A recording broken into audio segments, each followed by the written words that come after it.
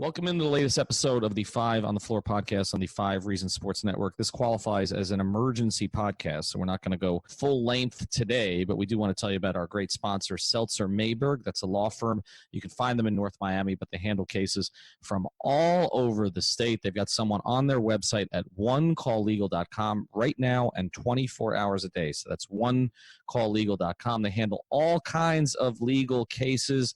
That obviously includes traffic tickets, personal injury, and much, much, much, much more. So reach out to the good people, Mendy, David, Eric, and everybody over at Seltzer Mayberg, onecalllegal.com. And now, on with today's emergency episode.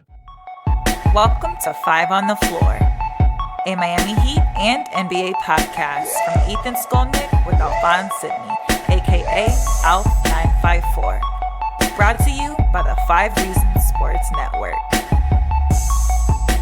All right, Ethan Skolnick back here on 5 on the Floor. We were not planning on recording today, although I guess we should have, Alf, because I said on a podcast with Alex the other day that I anticipated that the Heat would likely break some Dion Waiters news during the Dolphin game. They have this habit. They have this habit lately. It's kind of the news dump, right? Like they did the last Dion Waiters suspension was put out there on a Friday night. So this one's put out Sunday at roughly 5 o'clock, and I have more details on it, Alf. So let me just get right to it, and then we'll get to your viewpoint on it. 10-game suspension for Dion Waiters. Remember, he's already been suspended once this season. Now, this comes after I guess we're calling Gummy Gate, right? Like this was supposedly him eating some kind of an edible on a flight when he was with the team on the West Coast. They ruled him out of the game early on, reportedly, and this has come from several sources now, whether it's Brian Windhorst or Shams Tremania or Andy Slater, who actually had it first, who's a local radio host, that essentially, he had some kind of a panic attack. Now, Andy didn't call it a panic attack. He called it a seizure. It's since been referred to as a panic attack. And so, it was clear that there was going to be something from this. 10-game suspension. Then the report comes before the 10-game suspension. A report came out essentially that maybe someone on the plane, some teammate had given Dion the gummy or whatever the edible was. But yeah, can we say edible? Because gummy just sounds so silly right now. well, people thought that the gummies, of course, gummies can be edibles, but I mean, if you've ever been to a dispensary in Vegas, not that I have, they can be edibles. But the thing about it is that, when people said gummy at first, like there were people on Twitter who legitimately thought it was just like a regular gummy bear. He did not OD. I mean, I know Dion, people got on him about the weight, but he didn't OD on regular gummy bears. That's not what happened here. But also, I mean, like M&Ms, right? But chocolate sprinkles. But look, the thing about this was that I thought his vice was spaghetti. So yeah, spaghetti and meatballs, right? Penny alla vodka. No, it wasn't any of those things. But it was confusing because first is seizure. Now that seems very serious.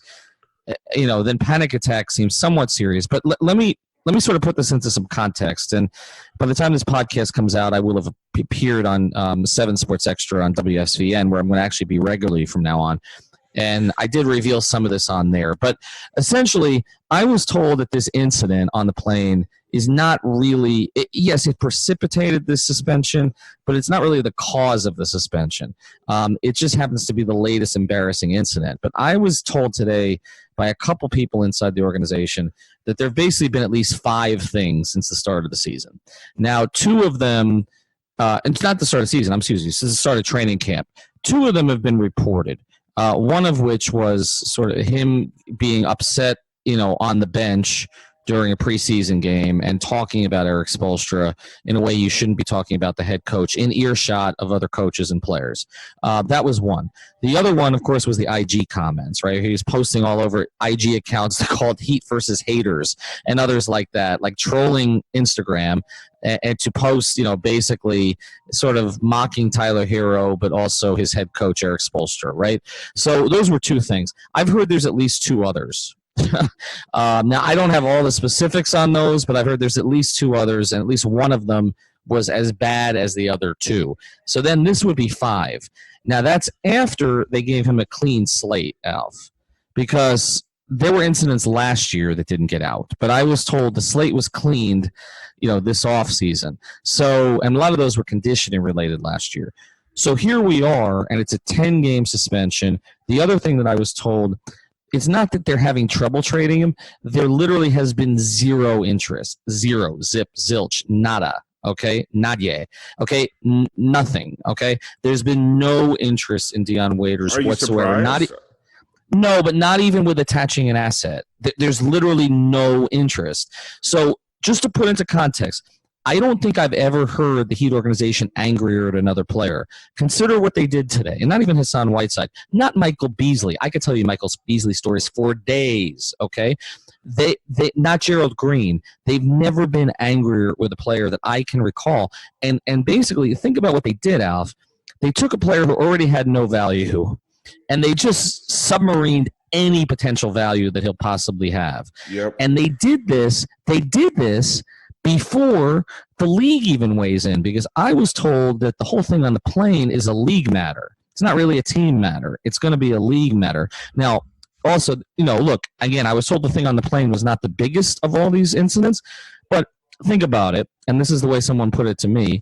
I mean, what if you're in that kind of state and you try to open a door on a plane? Right? It's not just that he allegedly sort of freaked out, but it's where he freaked out. Yeah. It's not a safe environment. It's not a locker room. You're up at 50,000 feet.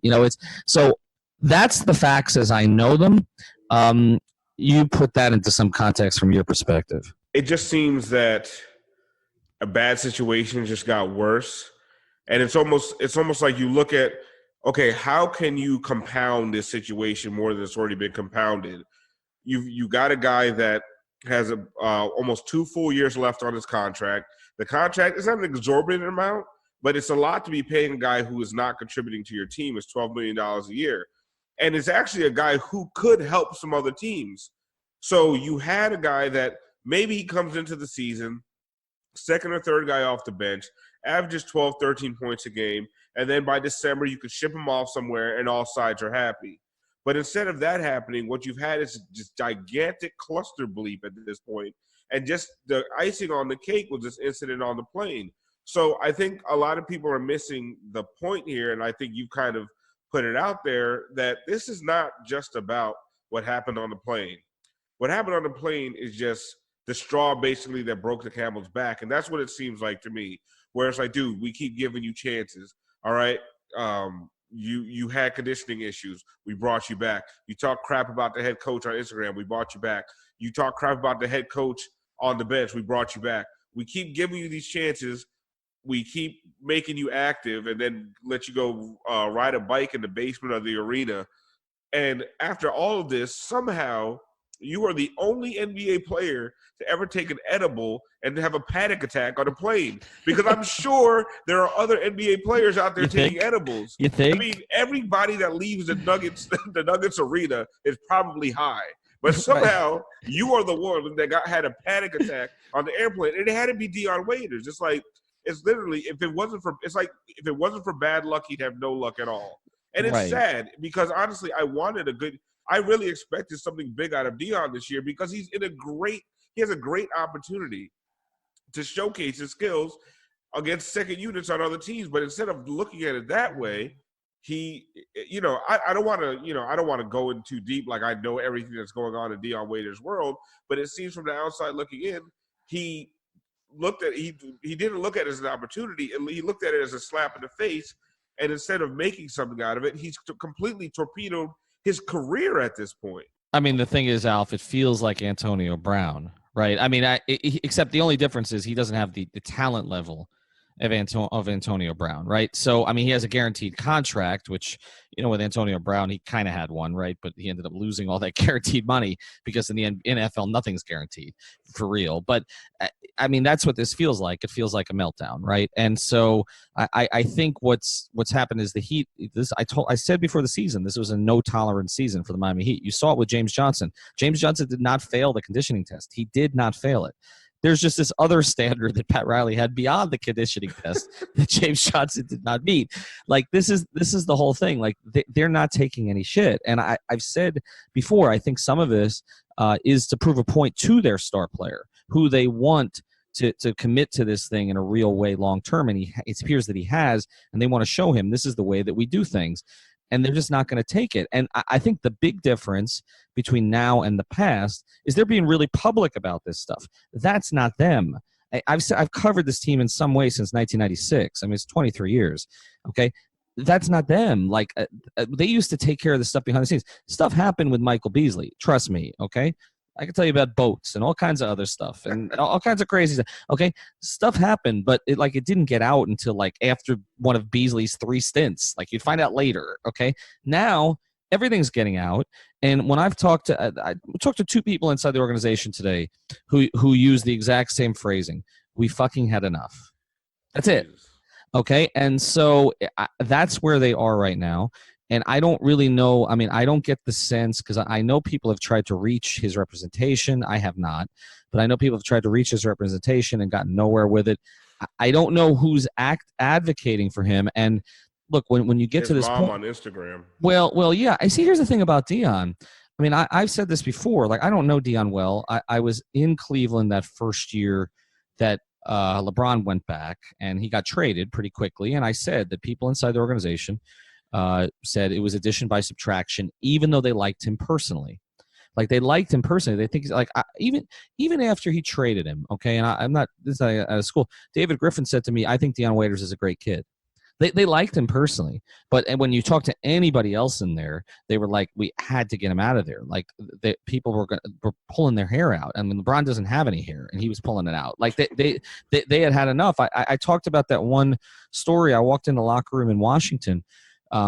Early in that season when the remember that Cavs team started 19-20, right? And I've said this before, they had to go out and get the stability of J.R. Smith to replace Dion Waiters, okay? Because I walked in that locker room in Washington, and first thing, Dion and Kyrie never really got along, or at least didn't appear to, and look, that was the game that basically Dion and Kyrie were dribbling in circles. It was like they were doing pirouettes. I don't know what they were doing. And I walked in the locker room, and again, I had a relationship with LeBron from the 4 years in Miami, and he knew why I was up there, basically because of him, because of that relationship. So I would sometimes sort of gauge his temperature, and I walked in the locker room that day, and I caught his eye, and LeBron was facing the way the Washington locker room works is when you walk in, it's like a little sort of walkway to get to the locker room itself. But when you walk in, you can see the players that are on that side of the bench because they're all on the same side of the bench. Okay, I mean, there's 2 rows, one and then the other one's facing the other. So LeBron was facing, and I caught LeBron's eye, and he had his eyes down, okay, like his head in his hands. Okay, they got blown out by the Wizards. Okay, dribbling in circles, and I walked in and I caught LeBron's eye, and he just looked at me and shook his head and goes, "These MFers." And you knew who he was talking about. Yeah. Okay. And so, and then they traded Dion. And remember, that team took off and made the finals and might have won the championship if Kyrie and Love don't get hurt during the playoffs. So there's a history of this with Dion. They got duped. I said it when they signed him. Dion said the word culture a few thousand times. He wrote a piece for Players Tribune. He reminded them of Dwayne with some of those late moments. He was really good during the 30-11 run. He's a likable person. I know I spent a lot of time with one of his elementary school teachers in the school right across the street from a brownstone where Dion grew up, where he used to play basketball. Everybody in Philadelphia loves him. He gives back to that community. He's not a bad person, but something's not clicking here. Something's not clicking here, Alf, because they made it clear what they wanted, and it's like he's trying to work his way out of here, but if he is, like, he's making it impossible. They want to accommodate him, but they can't. But Ethan, all he had to do was come off the bench and score 12 a game. I know. And he would have been gone by December 15th. I know. I don't even get it. And now my bigger question is, does he sign his player option? Or does he do the, bet on yourself and double down this summer? He can't. The last time he did that, I couldn't imagine. But Alf, the last time he did that, remember, he actually had a pretty decent playoff run with OKC, and he clicked personality-wise with Westbrook and Durant. But I mean, Durant loved him. right? And Westbrook doesn't click with anybody. He doesn't get a vet minimum contract next season, does he? But look, after that happened, Alf, he played meaningful playoff minutes, like down the stretch minutes for a very good team with Westbrook and Durant. And remember what the Heat gave him? 2.7. Yep. Okay, and so then he has the make good year, and to his credit, and the organization really fell for a lot of it, and a lot of it was positive. And I just don't get it. I don't understand. And I'm not talking about the playing thing, like you said. I mean, look, 80% of the NBA smokes weed or takes some sort of weed infused product. Okay, I mean, let's just be honest. I've covered the league forever. Okay, and I mean, honestly, the country is turning around on this thing pretty quickly. Like, right, who cares? I mean, you and that I. edible was bought legally. Remember, so correct. I mean, you and I are going to be hypocrites on this. I'm not going to be. Okay. I mean, we have we should have had them actually as an endorser of this particular episode. And maybe we should actually. You know what? We should do that. I think we're gonna do a Dutch Valley Farms ad before the end of this because they're a sponsor of ours. I don't have any issue with that. I think marijuana should be legal. Okay. So I have no issue with it whatsoever. It's not that I'm referencing, and it's not really that the Heat's angry about. You think the Heat's naive about that? You think seriously? Listen. I mean, think of the guys they've had on that roster. Okay, come on. Think of what happened with Beasley and Rio. In rookie orientation. Okay, look, that's not the issue here. That's not what's bothering the Heat is that, like you said, they feel like they've given him chance after chance after chance, and he just keeps doing things that are, in their words, detrimental, right?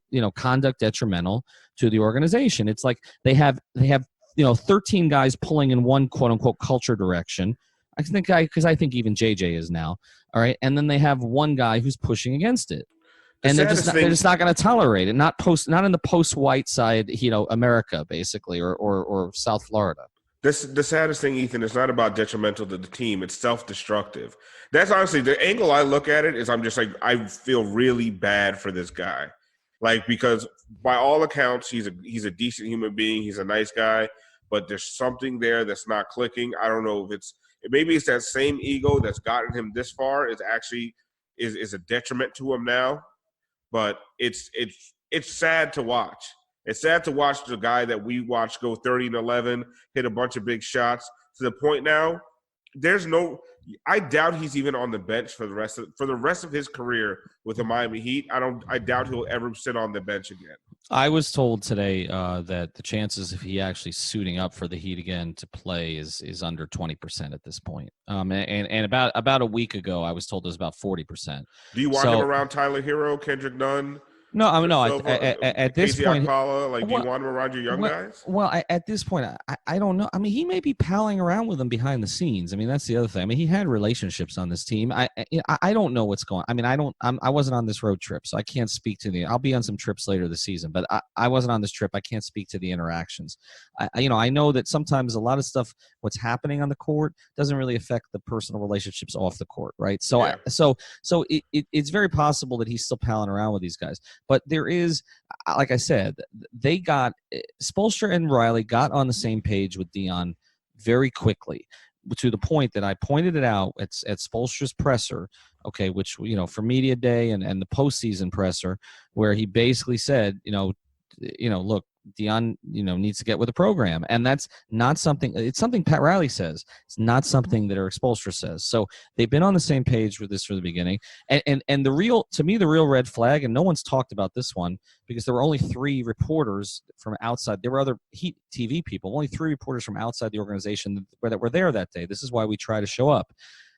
Alex Toledo, as you know, Tropical Blanket, me, and Anthony Chang were up in West Palm, and I'm going to find these videos, but we were up in West Palm for that last Saturday, and that was the day everybody was trying to get out of training camp because there was a Canes game that night, okay, or Canes game that afternoon, and so there were some Heat personnel that were getting down to the Canes game. I remember Adam Simon, some others, and some of the players, and so it was very brief. It was briefer in terms of the player availability than some of the other days had been because we were basically done, right? It was the end of the week. Everybody's looking to get out of West Palm. It's not like the Bahamas, right? So basically there were 2 things that came up that day where basically Eric Spoelstra was asked about, being in Heat shape, right? and he said that Dion was in shape, but was not in heat shape, and Dion took offense to that.